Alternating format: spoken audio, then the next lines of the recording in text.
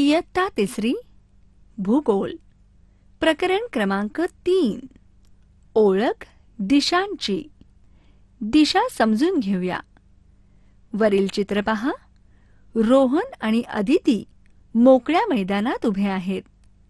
रोहन उगवत्या सूर्याकडे तोंड करून उभा आहे, तर अदिती सूर्याकडे पाठ करून उभी आहे.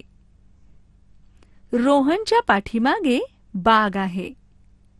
त्याच्या डाव्या हाताला दवाखाना तर उजव्या हाताला बँक आहे. अदितीच्या समोर बाग आहे. तिच्या डाव्या हाताला बँक आहे तर उजव्या हाताला दवाखाना आहे. जर त्या दोघांना दवाखाना आणि बँक तुमच्या कोणत्या हाताला आहे असं विचारलं तर त्यांची उत्तरे एकमेकांविरुद्ध येतील. त्यामुळे गोंधळ निर्माण होईल. असा गोंधळ होऊ नये तसंच एखादी गोष्ट नेमकी कोणत्या बाजूला आहे हे समजण्यासाठी दिशांचा वापर करतात. मुख्य दिशा. दिशा ठरवण्यासाठी पृथ्वीवर रोज न चुकता घडणाऱ्या घटकांचा उपयोग केला जातो.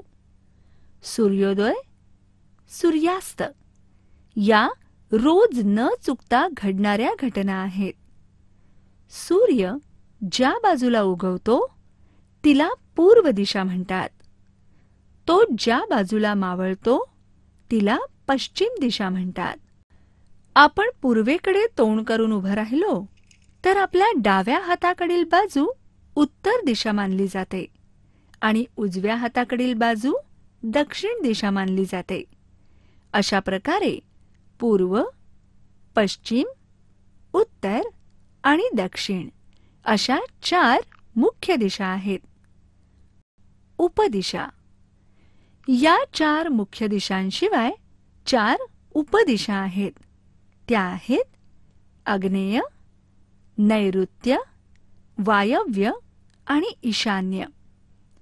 2 लगतच्या मुख्य दिशांच्या दरम्यान बरोबर मध्यावर उपदिशा मानतात.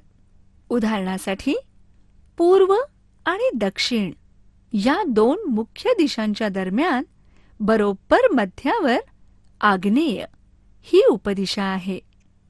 याशिवाय कोणती उपदिशा कोणत्या 2 मुख्य दिशांच्या मध्ये आहे हे पाठातील दिशाचक्राच्या आकृतीच्या आधारे समजून घ्या.